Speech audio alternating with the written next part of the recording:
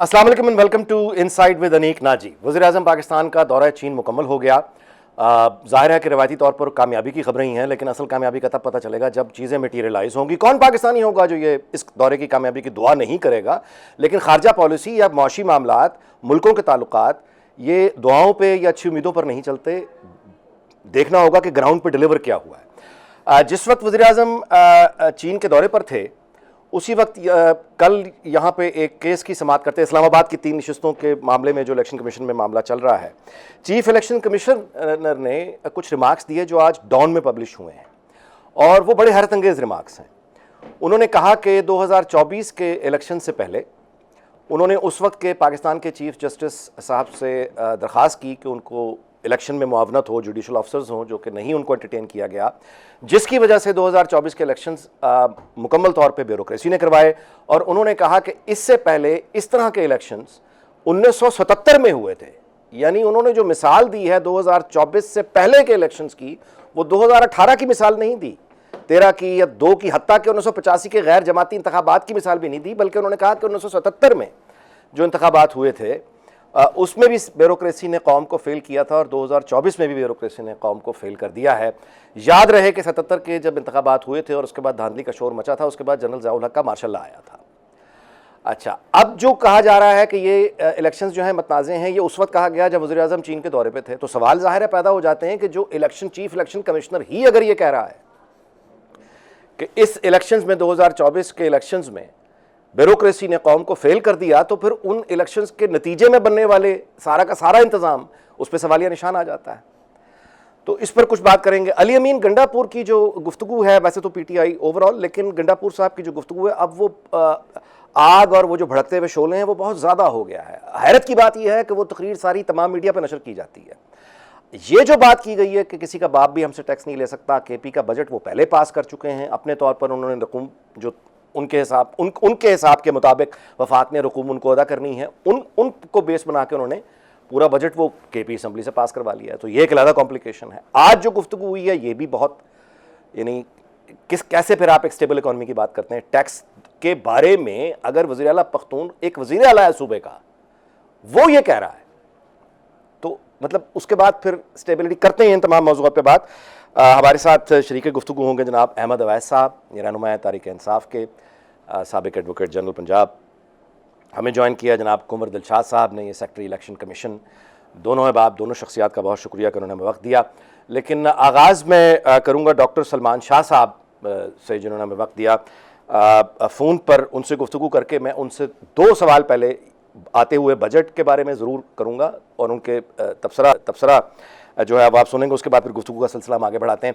Doctor साहब ये बताइएगा कि आप वाकिफ़ हैं पावर पॉलिटिक्स से भी और फाइनेंशियल सिस्टम से भी, एंड हमारा सिस्टम किस तरह से ऑपरेट होता है। ये बताइएगा कि पहले तो बात ये कि ये जो खबर आई थी कि IMF हमें ये कह रहा है, हुकूमत पे दबाव है कि हमारे किसी प्रोग्राम में एंटर होने से पहले पाकिस्तान को यकीन दहानी करवानी होगी कि अगर IMF ने पैसे दिए तो वो पैसा चाइनीज़ इंडिपेंडेंट पावर प्रोड्यूसर, बिजली पैदा करने वाले जो 550 अरब का कोई बिल है, वहां पे, यानी चीन को वो पैसा नहीं जाएगा।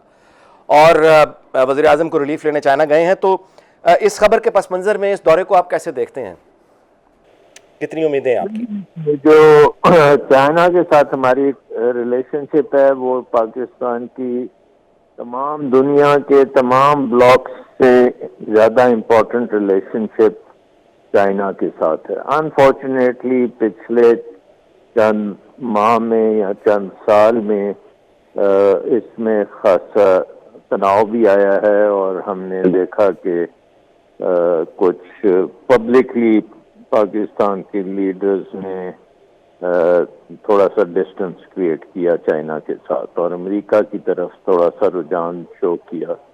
और आपको पता है कि दुनिया में इस वक्त जियोपॉलिटिक्स जो है वो अमेरिका और चीन के तल्लुकात पे घूम रही है, और चीन की जो इकोनॉमिक तरक्की है उसको अमेरिका जो है तकरीबन उसको डिरेल करने चाहता है। तो पाकिस्तान उसमें एक किस्म का हाथियों की जंग में तरह पाकिस्तान का भी एक रोल आता जा रहा है।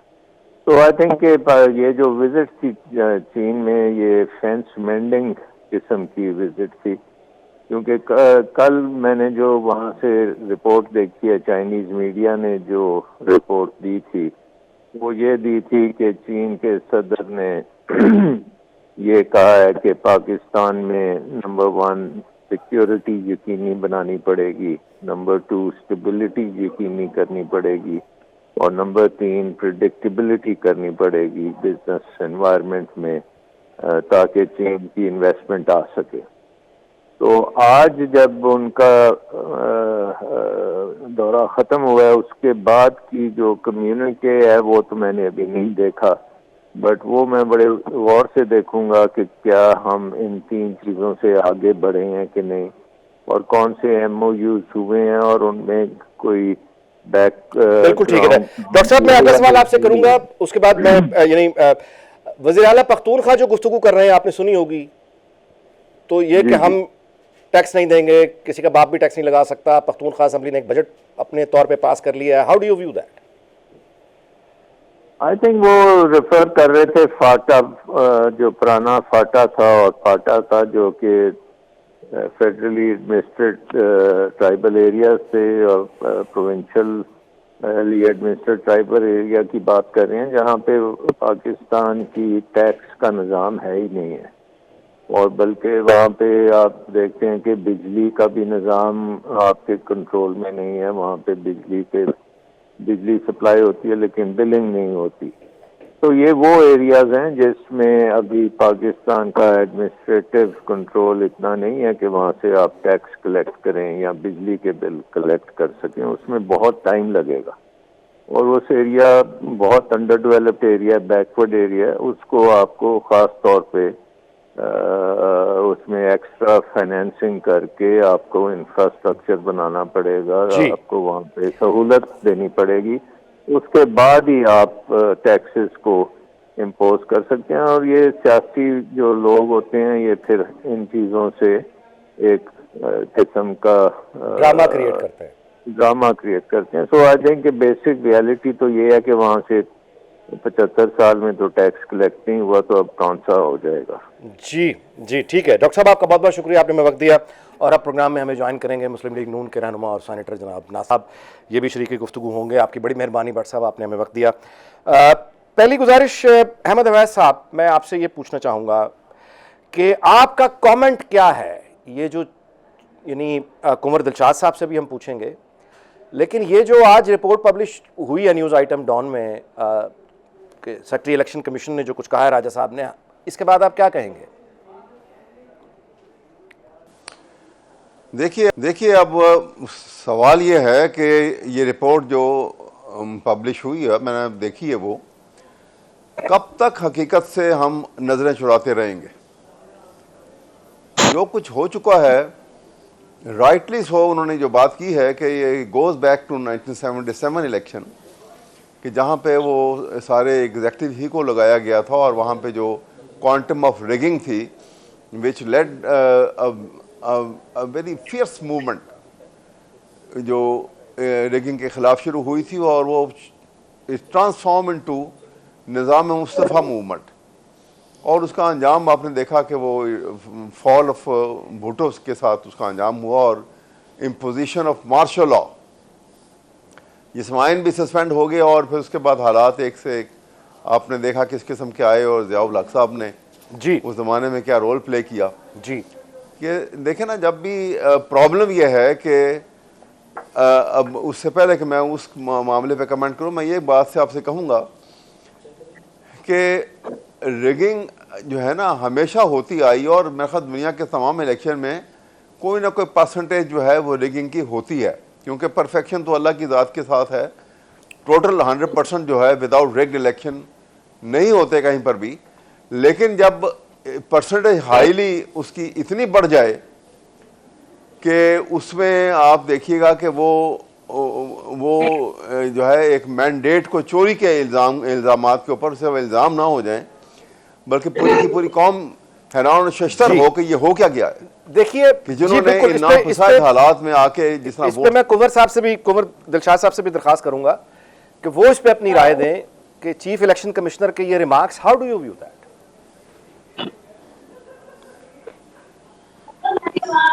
कुंवर दिलशाद साहब, मेरी आवाज आ रही है आपको? हाँ जी, उनको चीफ इलेक्शन कमीशन के रिमार्क्स हैं? उनके रिमार्क्स हैं जी कि 2024 के इलेक्शन सिविल ब्यूरोक्रेसी ने कराए और कौम को फेल कर दिया, और इससे पहले ब्यूरोक्रेसी ने इंतखाबात 1977 में करवाए थे, उसमें भी कौम फेल हुई थी। उन्होंने 2024 के इंतखाबात को 1977 के इंतखाबात से रिलेट किया है। दरमियान के सारे इंतखाबात निकल गए हैं, इंक्लूडिंग 1985। जी, इसमें सबसे बड़ी अहम बात ये, ठीक है कि चीफ इलेक्शन कमीशन का पॉइंट ऑफ व्यू बड़ा वजनी है, उसके हम भी सारे मामला को समझते भी हैं, हमें मालूम भी है। 77 के इलेक्शन से पहले भी ब्यूरोक्रेसी इंतखाब करवाती रही। 70 के इलेक्शन भी ब्यूरोक्रेसी ने करवाए, और सदर अयूब खान के ज़माने में जितने भी इलेक्शन हुए वो सब ब्यूरोक्रेसी ने करवाए। 58 से लेकर बाकायदा 1988 तक, 1985 तक गैर जमाती इंतखाब तक ये सब ब्यूरोक्रेसी ने करवाए। यानी 1985 के इंतखाबात जो गैर जमाती थे वो भी ब्यूरोक्रेसी ने करवाए थे। हाँ, ब्यूरोक्रेसी करवाए। लेकिन सबसे बड़ी अहम बात मैं बताता हूँ कि 1988 में जो बेनजीर भुट्टो साहिबा का इलेक्शन हो रहा था पीपल पार्टी के साथ, बहुत बड़ा अहम इलेक्शन था 88 में, तो सदर गुलाम इसहाक खान से बेनजीर भुट्टो साहिबा ने रिक्वेस्ट की कि हमें ब्यूरोक्रेसी पे एतमाद नहीं, तो आप हमें जुडिशरी से जो है वो अपने अमला दिया जाए। तो आप यकीन करें कि तमाम तैयारियां मुकम्मल हो चुकी थी। मैं खुद इलेक्शन कमीशन का हिस्सा था और जस्टिस एस ए नुसरत थे चीफ इलेक्शन कमिश्नर। तमाम तैयारियां मुकम्मल थी, लेकिन एकदम सदर गुलाम इसहाक ने ऑर्डर जारी कर दिया, एक ऑर्डर जारी कर दिया कि तमाम इंतखाबात जो होंगे, अब जो इंतखाबात होंगे वो जुडिशरी करवाएगी। तो रातों रात जुडिशरी की अपॉइंटमेंट हुई और रिटर्निंग ऑफिसर जो ब्यूरोक्रेसी थे उनसे सब इख्तियारात वापस ले लिए गए। लेकिन अब जो मामला जो पेश आ रहा है 2014 बड़ा पुरस्कार मामला है ये, इसमें तो बड़े GIT बनानी चाहिए। उसमें सबसे बड़ी अहम बात ये हुई कि चीफ इलेक्शन कमिश्नर ने तमाम हाई कोर्ट के चीफ जस्टिस से खत लिखे कि जनाब हमें जुडिशरी के ऑफिसरान दिए जाए। चीफ इलेक्शन कमिश्नर ने लाहौर हाई कोर्ट के चीफ जस्टिस से मुलाकात की, इस्लामाबाद हाई कोर्ट के चीफ जस्टिस से मुलाकात की, और दीगर बाकी किसी मुलाकात उन्होंने की कि आप हमें जुडिशरी से ऑफिसर दें। तो उन्होंने इस सब ने इनकार कर दिया, तमाम उनके हम नहीं दे रहे। 6 खत लिखे उन्होंने कि हमने जुडिशरी के नहीं दे रहे। अब इसमें अचानक इस्लामाबाद हाई कोर्ट में, लाहौर हाई कोर्ट में एक पिटीशन दाखिल हो गई कि जनाब उन्होंने PTI की तरफ से कि जनाब ये जुडिशरी के ऑफिसरान लगाए जाए और हमें ब्यूरोक्रेसी पे एतमाद नहीं। तो लाहौर हाई कोर्ट के सिंगल बेंच ने हुक्म जारी कर दिया कि तमाम इलेक्शन जो होगा वो जुडिशरी करवाएगी। लेकिन उसी वक्त रातों रात एक आज खुद नोटिस लिख के तहत चीफ जस्टिस पाकिस्तान ने सिंगल बेंच के फैसले को मुस्तरद कर दिया। अब वो ट्रेनिंग भी नहीं हुई, उसको दोबारा इमीडिएटली वही ब्यूरोक्रेट जो हैं वो इंतखाब का हिस्सा बन गए, उनको ट्रेनिंग भी नहीं मिल सकी। पैदा हो गई। मैं गुजारिश मुख्तसर से जरा गुजारिश की, मतलब मैं गुजारिश करूंगा कि मुख्तसर से तबसरा कीजिएगा कि एक चीफ इलेक्शन कमिश्नर आगे बढ़ के ये जो उन्होंने कह दिया है, क्या उन्होंने इलेक्शन कमीशन की कोताहियां या लोगों की शिकायतें उठा के जिम्मेदारी सिविल ब्यूरोक्रेसी पे डाली है, नंबर 1, और उसके बाद इन इलेक्शंस का फिर यानी मुझे क्या रह गया? अगर चीफ इलेक्शन कमिश्नर ही इसको कह रहा है कि कौम को फेल कर दिया इलेक्शंस ने, तो फिर क्या पीछे जवाब रहे? चीफ इलेक्शन कमिश्नर तो है, ज़ाहिर है जो जुडिशरी का फैसला आ जाए उसका तो हुक्म मानने का या उनके बाकायदा उनको तामील करना उनके फ़राइज़ में शामिल है, आइन में शामिल है। कि चीफ जस्टिस पाकिस्तान ने कह दिया कि तमाम जुडिशरी से ऑफिसर नहीं मिलेंगे आपको, आप एडमिनिस्ट्रेशन से लेंगे। तो उन्होंने एडमिनिस्ट्रेशन से लिए, उनको ट्रेनिंग भी नहीं हो सकी, जिसकी वजह फारूक जी आप वो फरमा चुके हैं। जी नासिर भट्ट साहब, आपसे मैं भट्ट साहब सवाल करना चाहूंगा कि बताइएगा आपका क्या तबसरा होगा? चीफ इलेक्शन कमिश्नर ने खुद जिसने इलेक्शन करवाए हैं, उनकी निगरानी में हुए हैं, उन्होंने कहा है कि कौम तो फेल हो गई है 2024 के इंतखाबात, और ये उस वक्त उन्होंने कहा है जब, जैसा कि मैं पहले भी गुजारिश कर चुका हूं, कि जिस वक्त वज़ीर आज़म शहबाज शरीफ चाइना में मौजूद थे। जी बिस्मिल्लाहिर्रहमानिर्रहीम। तो 2018 के इलेक्शन किसने कराए थे? 2018 में क्या हुआ ये भी तो बता देते चीफ इलेक्शन कमिश्नर साहब, या जो भी थे उस वक्त। 2018 के इलेक्शन में जो कुछ हुआ उसका सदेबाब हो जाता।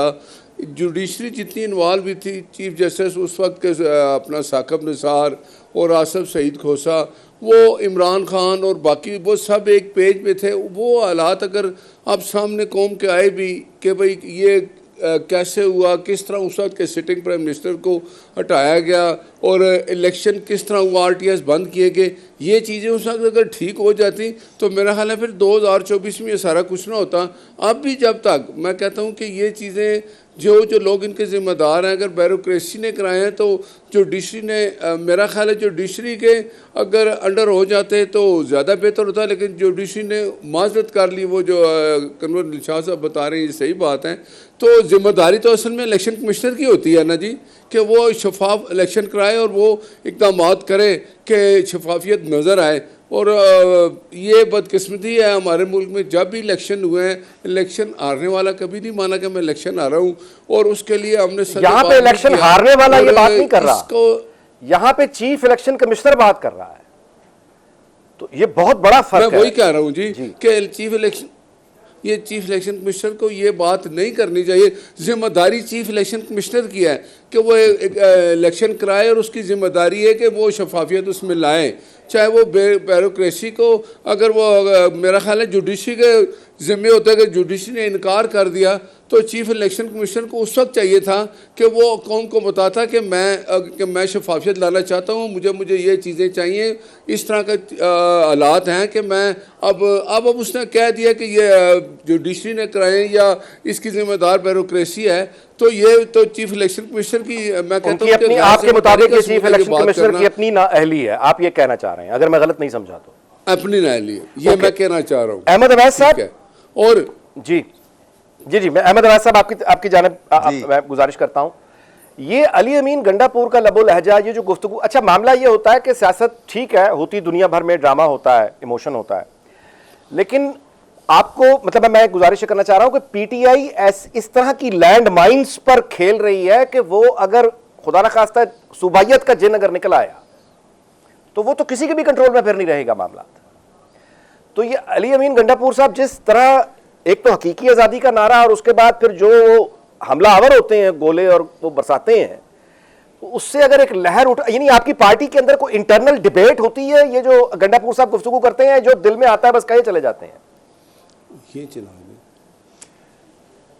देखिए, इसमें बात यह है कि एक तो इसमें कोई शक नहीं है कि सियासतदान जब गुफ्तगू करे तो उसमें कहते हैं कि डिप्लोमेसी में एक पहला सबक जो है वो सीखना होता है, और वो ये है कि first lesson to learn is that what not to speak.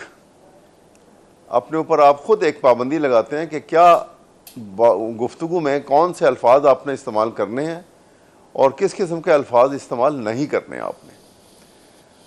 तो अनफॉर्चुनेटली पाकिस्तान की सियासत जो है वो इससे मुबर्रा है।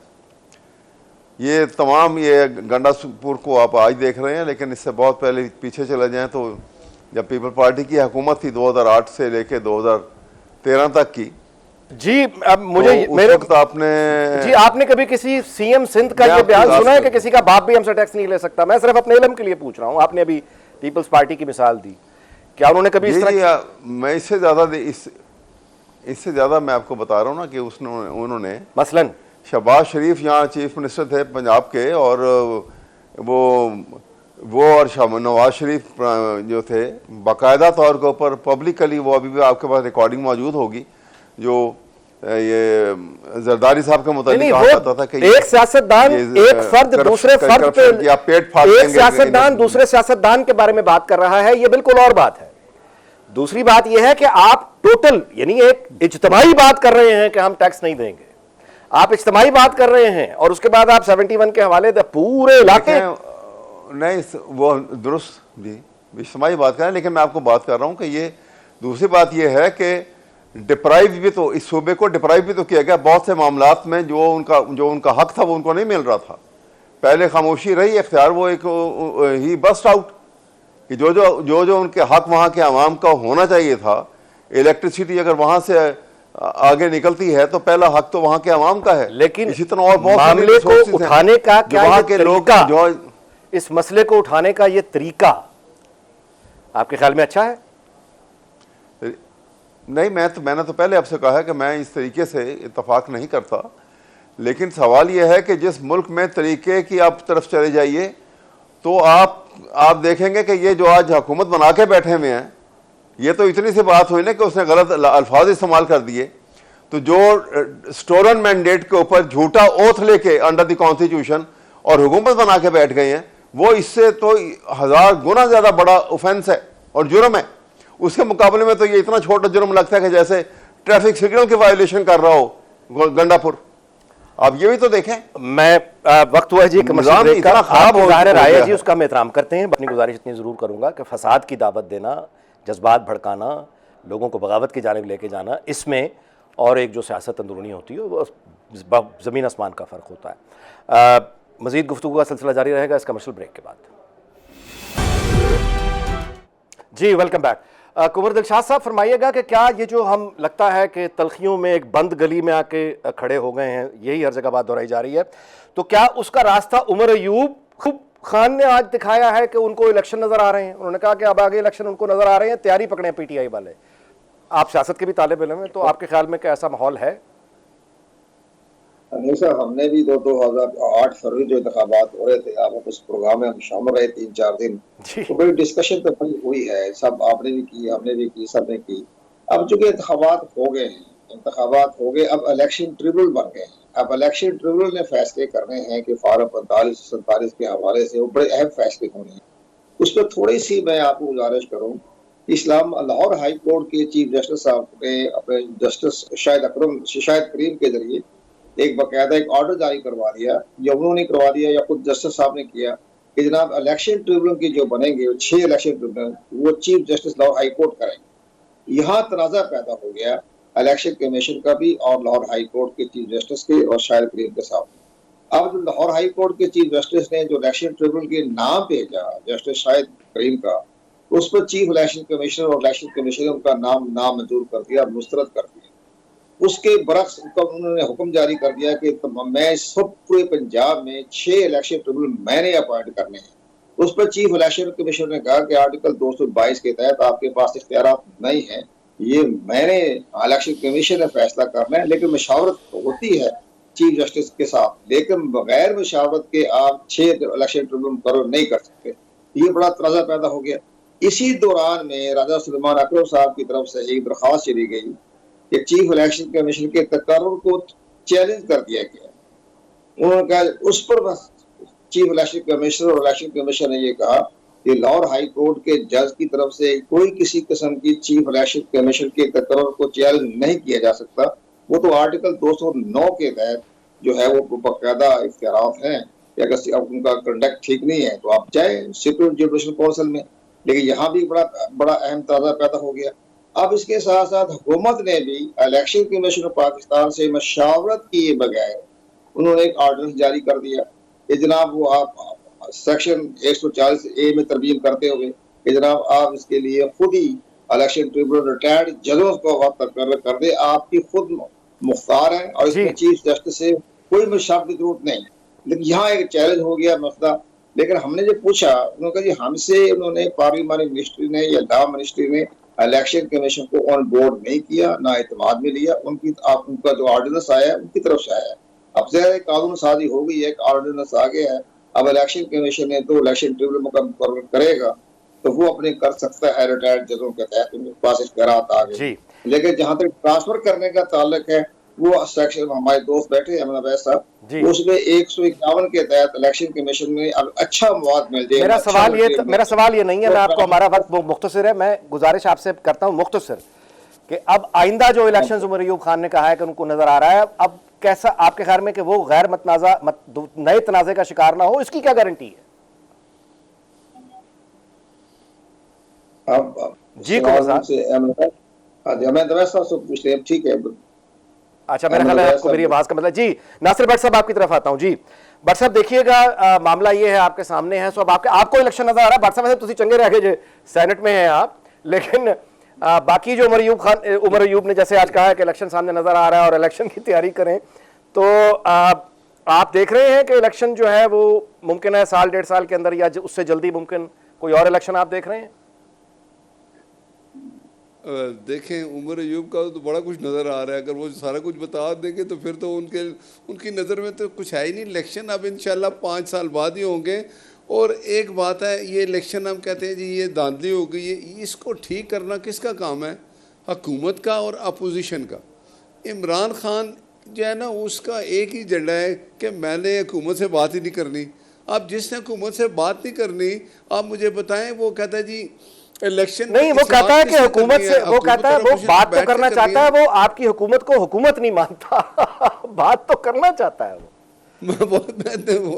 देखे ना, अब वो जिस तरह आया था ना 2018 में, उसको जो लाए थे ना, वो समझ रहा है कि आर्मी चीफ मेरा हो, चीफ जस्टिस मेरा हो, ISI का सरबराह मेरा हो, तो मुझे अवाम की ज़रूरत नहीं है। वो मुझे 2018 की तरह फिर बैठाएंगे और मैं अपनी मर्जी करता रहूँगा, मैं अपोजिशन से बात नहीं करूँगा। उसने 3-4 साल जितनी उसकी हुकूमत मुसल्लत रहा, उसने कहा कि मैं अपोजिशन से मिलना ही नहीं चाहता। बट साहब, लेकिन मैं आपसे गुजारिश, अभी भी वही मैं आपसे गुजारिश करना चाहता हूं। देखिए, पहले कमिश्नर साहब उठते हैं पिंडी से, वो एक प्रेस कॉन्फ्रेंस हो जाती है। उसके बाद ये भी आपको पता है कि तासुर एक आम सा है कि वजारत दाखिला और वजारत खजाना ये दोनों वज़ीर आज़म की मर्जी के लोग नहीं हैं, तासुर कम अज़ कम यही है। अच्छा, उससे आगे बढ़े तो अब यानी वो वज़ीर आज़म जो है वो ऑर्डर करते हैं कि पेट्रोल की कीमत में इतनी कमी हो जाएगी, वो रिवर्स हो जाता है, उनकी बात नहीं मानी जाती। वो चीन जाते हैं कारोबार के लिए, मैशत के लिए कोई मदद मांगने। पीछे चीफ इलेक्शन कमिश्नर कहता है कि जिस इलेक्शन के तहत ये वज़ीर आज़म बने हैं वो इलेक्शन ही कौम तो फेल हो गई है। तो मतलब है कि कंट्रोल जिसे कहना चाहिए, मिसाल के तौर पे अडयाला जेल में जिस बातें होती हैं कि बानी पीटीआई अयाशी कर रहा है या सहूलियात, अडयाला जेल का इंतजाम किसके तहत आता है? वो सिंध में तो नहीं है, पख्तूनख्वा में तो नहीं है। तो मेरे कहने का मतलब ये है कि कितनी हुकूमत है, do you have the government, do you have, मतलब आप किस चीज को बचा रहे हैं? मैं देखें जिस तरह के 2024 के इलेक्शन हुए हैं, मैं ये कहता हूँ कि अब हमने कुछ इस पाकिस्तान के लिए करना है ना, अवाम के लिए करना है ना। ये अवाम की जो हालत है, जो देखें इलेक्शन ट्रिब्यूनल बन गए हैं, अगर जिसको इतराज़ है, हमें इतराज़ है और जमातों को इतराज़ है, वो वहाँ जा रहे हैं। कोई वहाँ से गिनती दोबारा हो रही है, कोई जीत रहा है, कोई दोबारा आगे कोर्ट में जा रहा है, ये प्रोसेस चल रहा है। देखें, अब अपोजिशन में भी जमातें बैठी हैं, हुकूमत में भी जमातें बैठी हैं। अगर हम समझते हैं कि आइंदा आने वाला इलेक्शन एक शफाफ हो, तो उसके लिए हुकूमत और अपोजिशन हमने ही काम करना है ना। हम लोग इकट्ठे बैठेंगे, अगर हमारे अंदर ये इतनी चीज़ है कि हम आने वाला जो इलेक्शन है उसको शफाफियत से देखें, जो 5 साल बाद आएगा, इकदाम हम ही करेंगे। और अगर अपोजिशन में बैठे लोग ये कहें जी हम आपसे बात नहीं करेंगे, हम बात कहीं और करेंगे, आपको मानेंगे नहीं, और अपोजिशन में बैठे भी रहेंगे, मराहत भी सारी लेते रहेंगे। इमरान खान है जेल में बैठा है, वो जिस तरह की जेल वो काट रहा है, उसको देसी मुर्गे मिल रहे हैं, आप दे रहे हैं, thanks to you, thanks to Punjab government, देखे थैंक्स टू आईजी कह रही है। देखे जी अदालत में वो जाता है, नहीं देखे ना, अदालत अगर ऑर्डर करती है तो आप क्या करेंगे? अदालत कहती है कि आप इसको देसी खाने दें, आप बताएं क्या क्या खाते हैं, वो सारा कुछ बता दिया कोर्ट में। और इमरान अभी भी कहता है कि मुझे कुछ नहीं मिलता। वो झूठ बोलता है, उसकी तो आदत है। वो कल मियाँ साहब ने एक बात कही कि भाई तुमने ये कहा जी मैं मियाँ नवाज शरीफ को ऐसी बंद कर दूँगा, तो उन्होंने कहा भाई तुम जेल में हो, तुम्हें 10 ऐसी मिले, मैंने कभी सोचा ही नहीं ना इंतकाम लेने की बात की। लेकिन यार ये जो अब 5 साल हमने इस हुकूमत को चलाना है, अपोजिशन को चाहिए, इमरान खान का एजेंडा अगर है ना कि अवाम की बेहतरी है, तो उसके लिए वो कहता है कि मैं बात करूँगा आर्मी चीफ से, बात को उसको हुकूमत से करनी पड़ेगी ना। अगर उसके वो चाहता है कि आइंदा आने वाला इलेक्शन वो उसकी शफाफियत है, इलेक्शन कमीशन भी हुकूमत और अपोजिशन मिल के बनाते हैं ना, किसको बनाना है। इसरात भी हुकूमत में और अपोजिशन में बैठ के कर रहे हैं, लेकिन उसका तरीकाकार आप देखें कि वो शोर भी डालता है और वो सीधे रास्ते पे भी नहीं जाता। और उसका एक ही काम है कि मुल्क में अफरा तफरी रहें और इसी तरह के हालात रहें। और वो देखें क्या हुआ, उसने 9 मई वो माना आज तक, वो उसने माफी मांगी है कौम से। अब उसने एक ट्वीट किया है, वो माफी मंगवाने की बात कर रहा है, वो कह रहा है कि मैं माफी मंगवाऊंगा, लेकिन वीडियो मेरी नहीं है। वो तो कह रहा है कि मैं माफी मंगवाऊंगा। अब उसका रवैया जो है वो लेकिन उसकी पार्टी और लोगों को पसंद है कि मुल्क में इसी तरह, पता नहीं उसका एजेंडा क्या है। जी अहमद अवैस साहब फरमाइएगा क्या है आइंदा के, अब ये जो आपको लग रहा है कि आइंदा के इलेक्शंस के लिए मामला जो हैं वो हमवार हो गए, या अभी ये मौजूदा सेटअप को कम से कम 2 साल तो चले, को इकोनॉमी यानी मईशत को बेहतर हो, स्टेबिलिटी आए, या आपके ख्याल में ये एक्सरसाइज किसी काम की नहीं होगी? देखिए, अभी आपने गुफ्तगू सुनी साहब की, ये गुफ्तगू जो है हकीकत से इतनी दूर है कि इस किस्म की गुफ्तगू और इस किस्म की ज़हनियत के साथ जब लोग बैठेंगे ना, तो आप समझिए कि ये मामलात आगे चलने वाले नहीं हैं। जहाँ पे हकीकत से इतनी दूर होकर बात करते हैं, ना वो उसमें कोई लॉजिक है, ना कोई रीज़न है। और एक बात के भाई अगर आप एक स्टैंडर्ड बनाते हैं कि जी वो उसके साथ ज़्यादती हुई थी नवाज शरीफ के साथ, और आप चाहते हैं कि जी उसी को एक पैमाना बना के, उसी को स्टैंडर्ड बना के और वो इमरान खान जो है बिहेव करे, तो इमरान खान जो है ना वो स्पाइनलेस नहीं है नवाज शरीफ की तरह। नवाज शरीफ ने पिछली 2 दहाइयों में, 3 दहाइयों में क्या दिखाया कि जहां पे आके उसकी परवेज मुशर्रफ की हुकूमत आई, जी आप फिर माजी में चले गए। मेरा सवाल 10 साल के लिए माफीनामा दिया और चले गए। मेरी बात सुने ना, मैं बता रहा हूं आपको। अब और जाके बाहर बैठ के इसका आइंदा बाहर से उठ के आए जब 10 साल के बाद। मैं आप ही के सवाल का जवाब दे रहा हूं। सवाल ये है कि बात करने के लिए जो ये बात कर रहे हैं, जो हालात मुल्क के अंदर जो है ना, जब इस तरह से हकीकत पसंदाना रवैया नहीं रखेंगे तो निज़ाम कैसे चलेगा। आप इस हुकूमत को कहें कि जी बड़ी अच्छी हुकूमत है और ये हुकूमत से बैठ के बातचीत करो और इसी से सेटल करो। इमरान खान ने तो 100 दफा कहा है कि आए बैठे। अब ये हुकूमत का काम है कि राउंड टेबल बनाए। मैंने तो कहा कई दफा कहा है, 100 दफा क्या है बैठे। मैं तो कहता हूं किसको कहा है? हाँ साहब ने कब कहा है कि आए मेरे साथ बैठे मुज़ाकरात करें? मैं अपने इल्म के लिए जानना चाह रहा हूं। मुमकिन है मेरे इल्म में ना हो, आप मेरे इल्म में इजाफा फरमा दें। कब कहा है? किसने?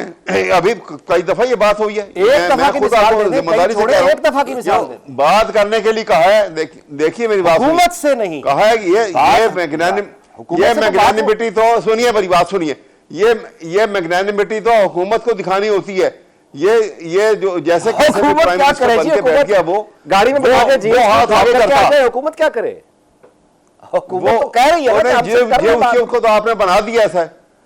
GHQ को तो आपने ऐसे बिला वजह एक सेगमेंट है, एक इंस्ट्रूमेंट ऑफ गवर्नमेंट है, जिसको ये हाथ में बंदूक पकड़ा के आपने कह दिया कि मुल्क का निजाम बदल दे। कभी ऐसे भी निजाम चले? किसने कह दिया निजाम बदल दे बंदूक पकड़ा के? उनको कौन सी सियासी जमात ने कह दिया? मेरा तो सवाल यही तो हुआ। यही तो आपने क्या किया? आप जैसे सारे इनकेपेबल लोग जो इलेक्शन हारे हुए थे, उनको जबरदस्ती जो है वो झूठे ओह से लगा के उनको किसी को प्राइम मिनिस्टर, किसी को मिनिस्टर, और वो जिसने chief minister, care taker chief minister बन के जिन्होंने और IG पुलिस ने वो एजेंडा ऑर्केस्ट्रेट प्लान का पूरा किया था, उसको रिवार्ड दिया गया कि पहले सेनेटर बनाया गया विदाउट एनी पार्टी और उसके बाद उसको ऊपर बैठा दिया गया। ज़ाहिर खत्म हो रहा है अपने वाइंड। बहरहाल ये जिस बात पे हम सबको देखना चाहिए वो ये है कि एक तो पख्तूनख्वा पे बहुत नज़र रखने की ज़रूरत है।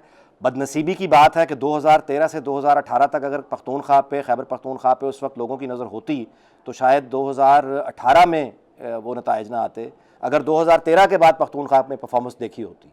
आज भी वही गलती है, यानी बाकी मुल्क में वो एक निज़ाम लाने की पूरी जद्दोजहद है।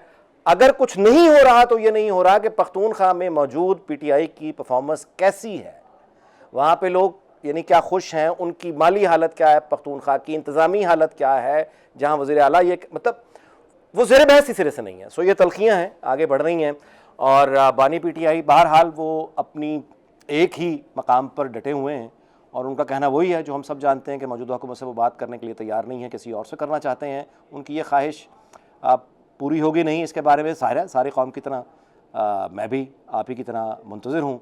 देखते हैं कि क्या होता है। लेकिन एक बात तय है कि मौजूदा जो तलखी है ये वो मामूल की तलखी नहीं है जिसके साथ आप निज़ाम चला सकें। यानी अपोजिशन तो हर दौरे हुकूमत में होगी, लेकिन ये तलखियाँ जिस तरह की हैं और जिन जिन मकामात पे जहाँ जहाँ ये हैं, इनके साथ बड़ा मुश्किल होगा कि हम कोई सॉलिड बात कर सकें कि मौजूदा निज़ाम 5 साल पूरा करेगा। बहुत कहना मुश्किल है और इकॉनमी स्टेबिलिटी ये भी कहना बहुत मुश्किल है। इस दुआ के साथ कि अल्लाह ताला पाकिस्तान को शाद और आबाद रखे। आपसे इजाज़त चाहता हूँ। कल मुलाकात होगी शब 10 बजे। अपना बहुत ख्याल रखिएगा। अल्लाह हाफ़िज़।